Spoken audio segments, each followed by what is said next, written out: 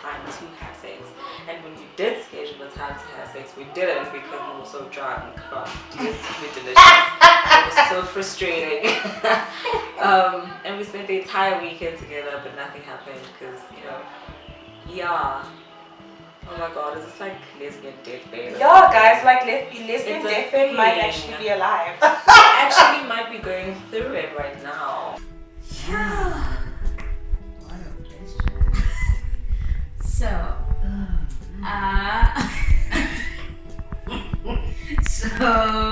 So, okay.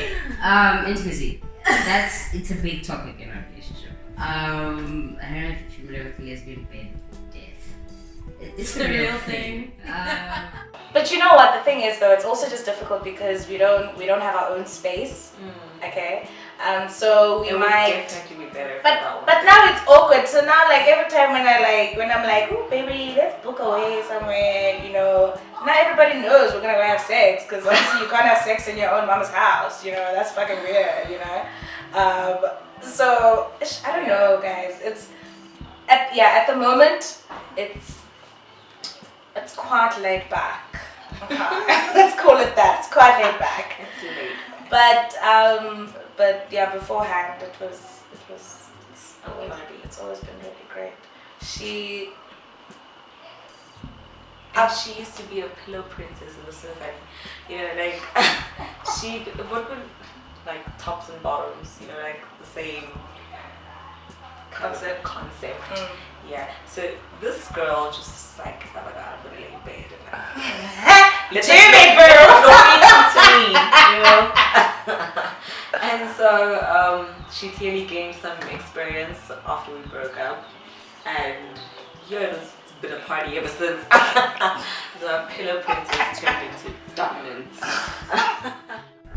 But so Kanye had a lot more fun with the open relationship model. And closer to me moving to London, we kind of decided to close it because we're like, okay, this is risky. Like, we could fall into a trap of like no longer making the open relationship about just having fun with other people outside, but it could actually be a crutch because we're apart for a whole year, and then it becomes like, you develop feelings for this person, and you spin off a whole relationship with this person. Emotional dependency. Yeah, like so we're like, okay, you know what? Just before I went to London, we're like, you know what? Actually, let's close it. Let's close it up because it's gonna get a bit tricky. And during that time, intimacy was tricky. I disagree. I think that was actually one of our more intimate periods in our relationship. Yes, because we weren't watching on sex. By intimacy. Well, yeah, because no, for me it was like that was the one time we didn't have the physical to rely on. So we had to find intimacy in other ways, and we had to like engage with each other in ways that were like, different from what we're used to. So we're so used to like coming home and like if the other one says something, they're like, oh, I want to be touched, and we touch each other. But like you don't have that with a long distance relationship. And we had to like build intimacy in other ways, and I think that was really great for me because like we explored other forms of intimacy and like sort of growing in the fact that intimacy is not just sex and it's not just physical touch, and like sometimes it's a FaceTime. I won't get into details, but yeah, and like and other times it's like talking to your person until 3 a.m, because you can't sleep, and that's intimacy too. So I guess. Yeah. Sex. It's important. Yeah, it's important. We don't think about it because it happens. We do think about it when it doesn't happen. It's important for us because it's a way of it's sharing a big part of our bodies with each other. It's allowing each other to be consumed totally and be vulnerable physically with each other. So it's an important aspect of our relationship. But there was a time I couldn't have sex and I got sick. Was that too much? I don't know. Okay. Yeah. So I was sick. So I don't think you had a. I had a cons. yeah, I had a condition, and it was just gonna be. We could, but it just was not gonna be right at that time. Showing Kenny that I care means doing stuff for her all the time, like, you know, it's cleaning up after her, making the bed before she gets to bed, bringing her a glass of water before she's. Those are like the little things that I do to show that I care in that moment. And when I stop doing them, it's like, oh, there's tension. So actually, we had this conversation like last year or maybe the year before that, when, you know, this whole acts of service, not acts of service, but love languages kind of phenomenon came about. And I was like, oh, this is interesting actually. You know, what's mine, what's yours? It turns out hers is physical touch and like physical intimacy, and mine is very much around acts of service. So we're still working through kind of finding a very good balance. Because I'm lazy and she hates touching. So I don't hate touching. just like no, I just, you know, it's just like, oh, is it necessary all the time? But like, you know, whereas hers is like these acts of service, not that she doesn't notice them, she does, but I mean, like, it's like, oh yeah, this is nice, oh thank you, Toby, but it's not like her preferred way to be intimate. So we're working through that. We have really good periods where she does all the acts of service, and I'm like, oh, this is so great. And then I do all the intimacy so that she, you know, she can feel loved in the way she wants to be loved. And yeah, it's an interesting one actually. it has its peaks. It has its peaks and it has its like. Yeah, the quality to his touch, his hugs. I would just like fall asleep in his arms. Yeah. If I don't sleep at home, then I'm like, I can't really sleep because my man's not holding me, so that is probably it. Kissing. Little pig kisses all over this place. Yeah, there. Just randomly. But I need to block him sometimes when we're not in like the most safest places. Yeah, he's not a public love bug. Yes, I don't mind it I don't mind it when we're in the right space, but there's some spaces that just don't work for that. You can't be yourself. It's not about being myself. It's that the guy's gonna murder me next to us. It's another thing. When you no, but it really is like when you come out, not come out, but when you start experimenting, and also like you've grown up your entire life with a certain thing in your mind, and it's heteronormativity. That's all you have. That's the only basis you have for anything. And like, and I thought that I'd be like really turned off by a vagina.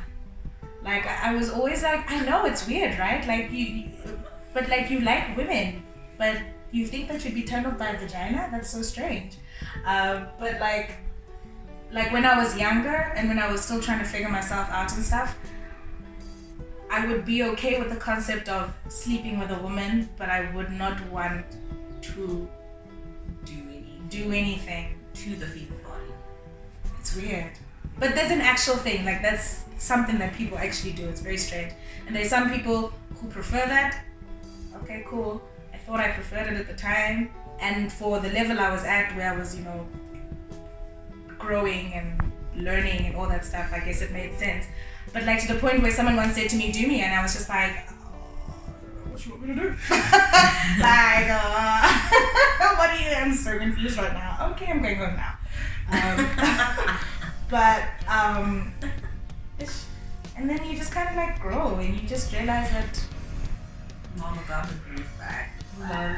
You just realize that like heteronormativity is silly, especially in like LGBT relationships. Like, why do you insist on making one person more dominant than the other?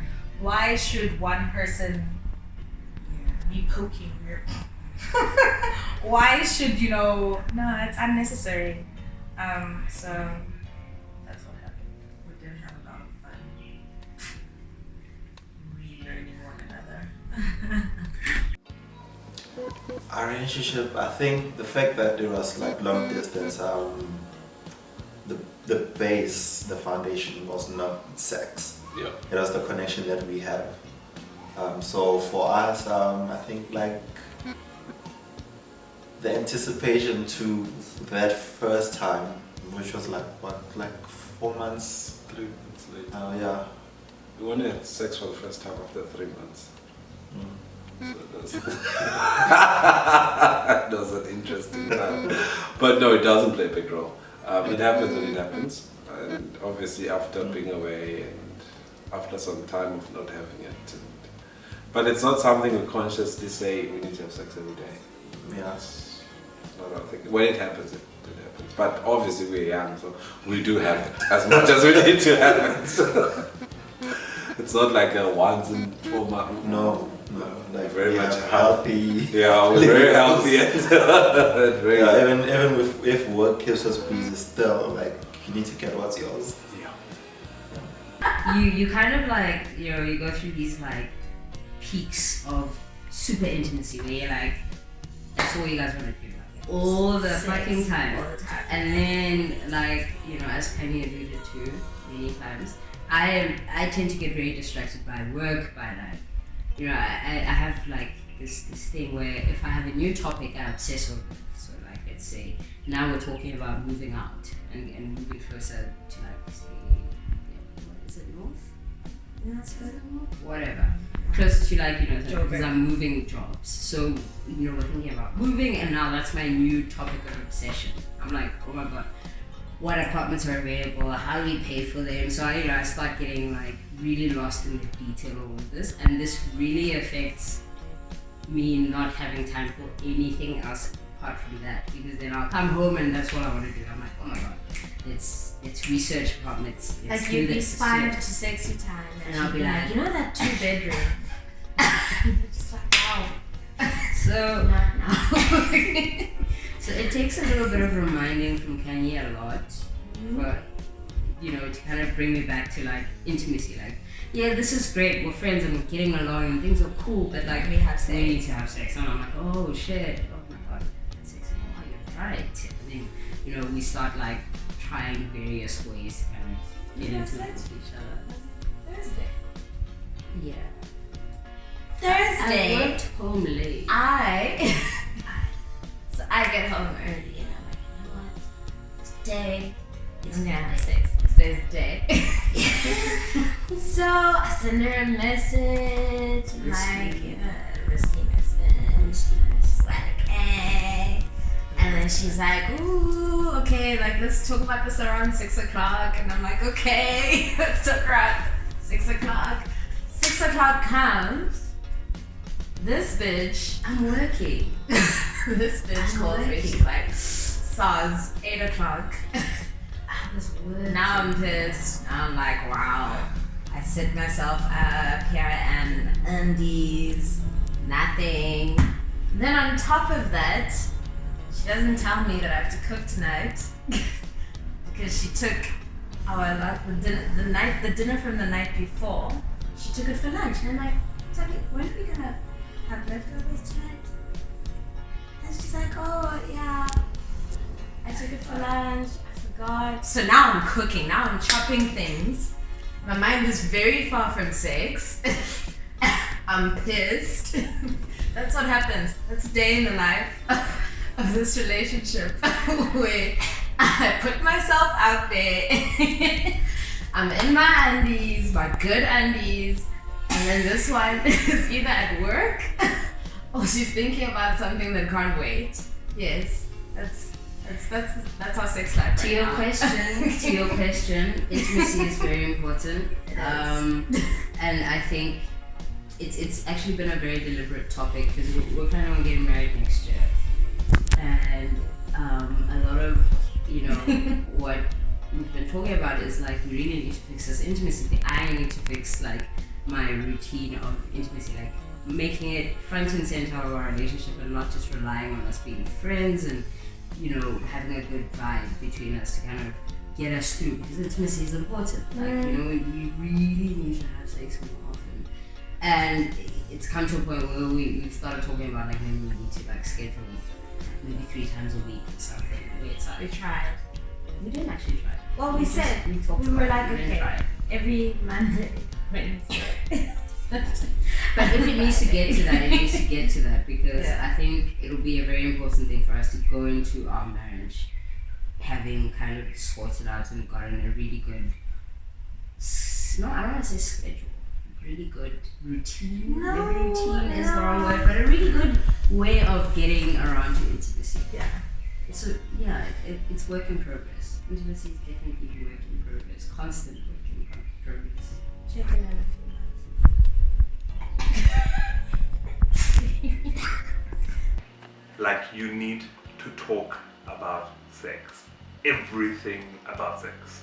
You need to talk about things that you like, things that you don't like, things that you fantasize about, what you're open about, what you're not open about, what is the boundaries, what are not the boundaries. Like, it needs to be a proper, listen, where today we are going to sit down and we are going to have a conversation about sex, and we're going to talk about it from the things we like, the things we don't like, all the way to the things that we perceive are about each other sexually.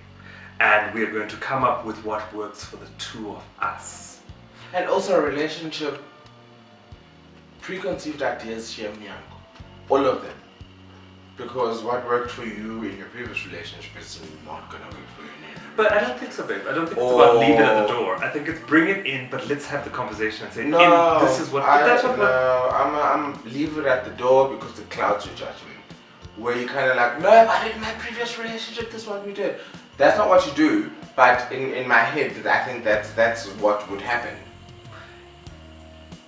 But that's, yeah, okay, fine, I agree with you. Leave it at the door. Leave the experience at the door. Yes, but have the don't conversation leave about the it. result of the experience at the door. That's what I'm trying to say. Yeah. So that's what I mean by you. So need come to in with your bag of results because you've had an X number of relationships and you've learned an X number of things, and as such I am going to bring this in because I thought it had made me a better person, or it made the relationship a better relationship, or it made it a worse relationship.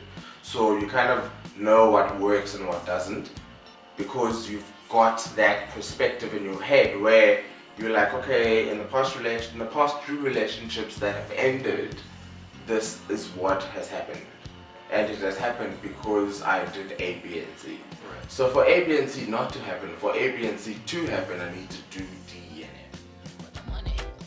3 for the 3 for the honey, 4 for the 4 when you shake your bum bum bum bum. See, me I like to party, party with the boys that get money. Me I like to party, party with the girls that get body with it. Oh, that money music come up.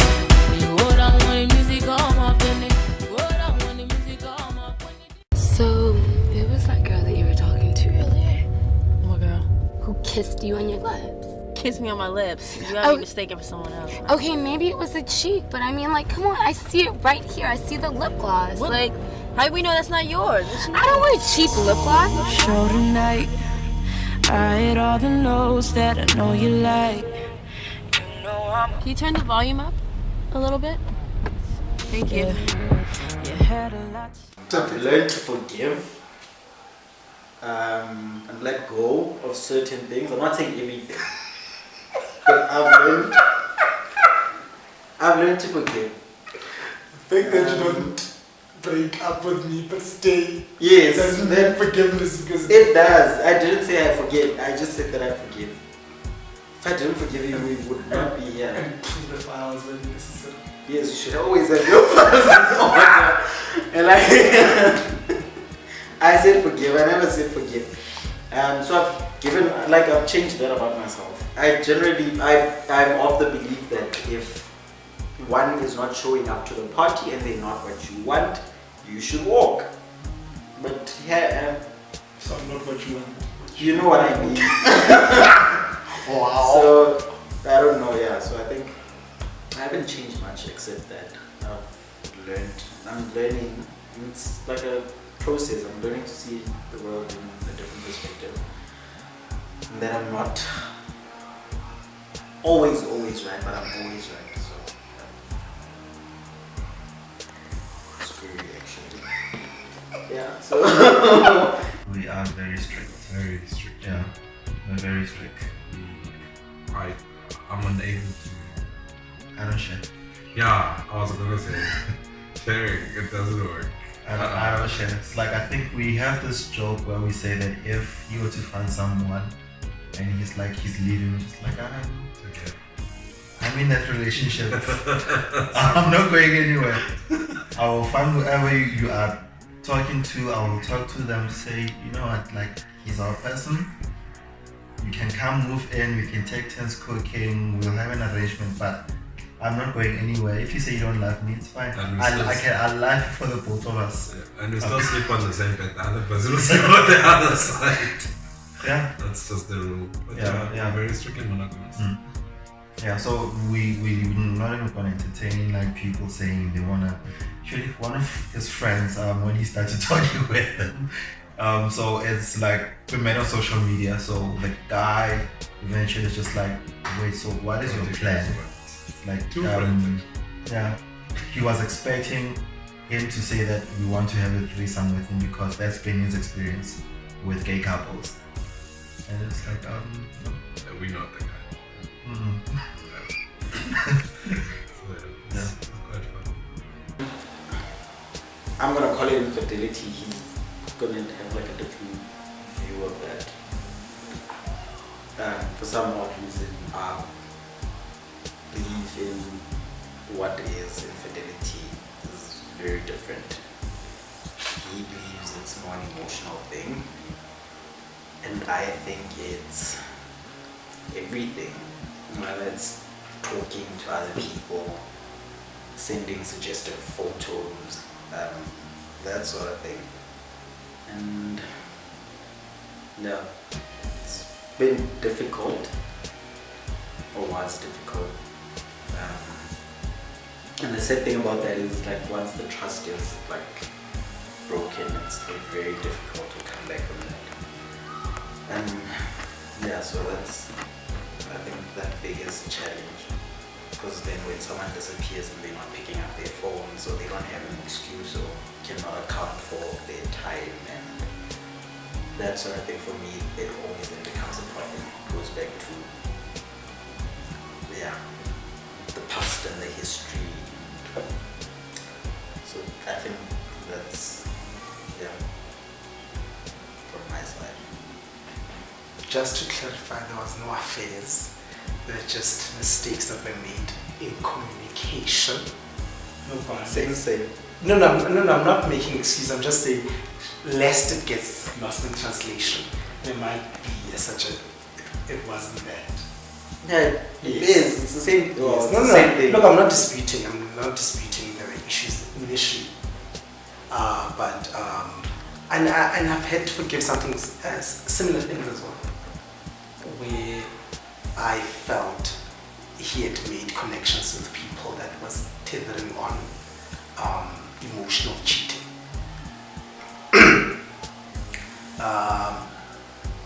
And it was hard to.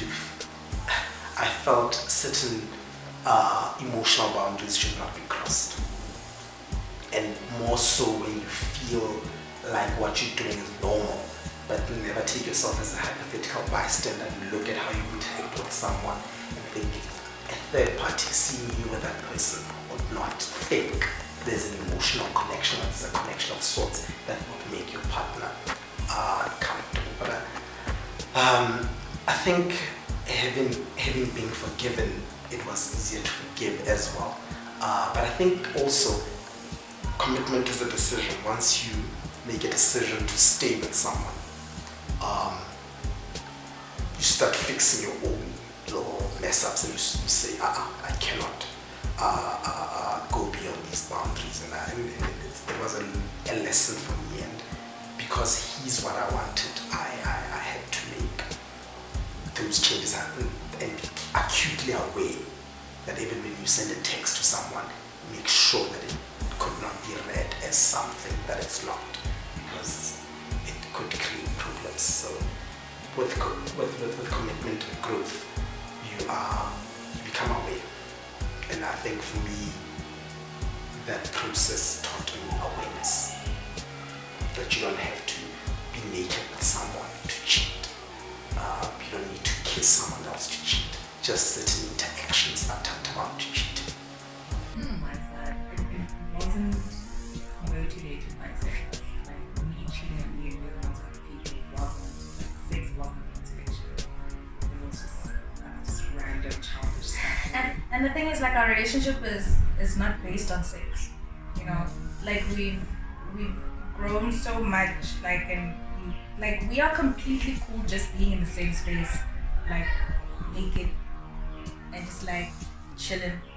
I mean, I touch you, you know, but like it's completely okay, like us having a relationship without the sex. So for me, even now, I haven't felt the need to go and also, guys, when we get done, okay, are crazy out there. Like those people that we dated before, bro, they did the most, because now we are scarred. Now you don't want to go out and like, also you don't want to, because like you don't know what you're gonna meet out there. You know, like 1 year ago now. It's okay. It's okay. Yeah. So that's not a factor. Yeah, I think that was something that we were unequivocal about, something that we were clear about. Hence, it's not an issue right now. I don't feel that I'm trapped being with him and only him. Infidelity is never okay, but it's not a deal breaker. It's like, I don't think that you can throw like 5 years away because of one moment. It's difficult, but you need to work through it. Again, we've had our issues, and then we always get back together, talk about it, have a deep, meaningful conversation and understand each other, and then bring it back to the relationship where it's between us two. Just jealous. We tried it before, and I just don't like seeing a man being worshipped or being, I want him for me, and that's it. We tried, it was fun, but like, he's mine and only mine. So we are from a religious background, so that is part of our fundamentals, and that's where we see each other, and it's also, we have planned to have a child, and that, so you need to create that role model for that child,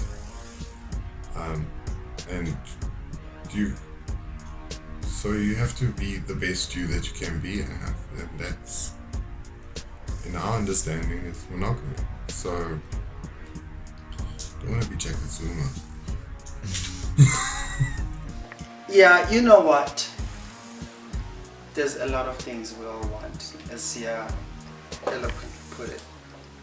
But there's something that I want more. And for me, that one thing is knowing that no matter what, I still choose him.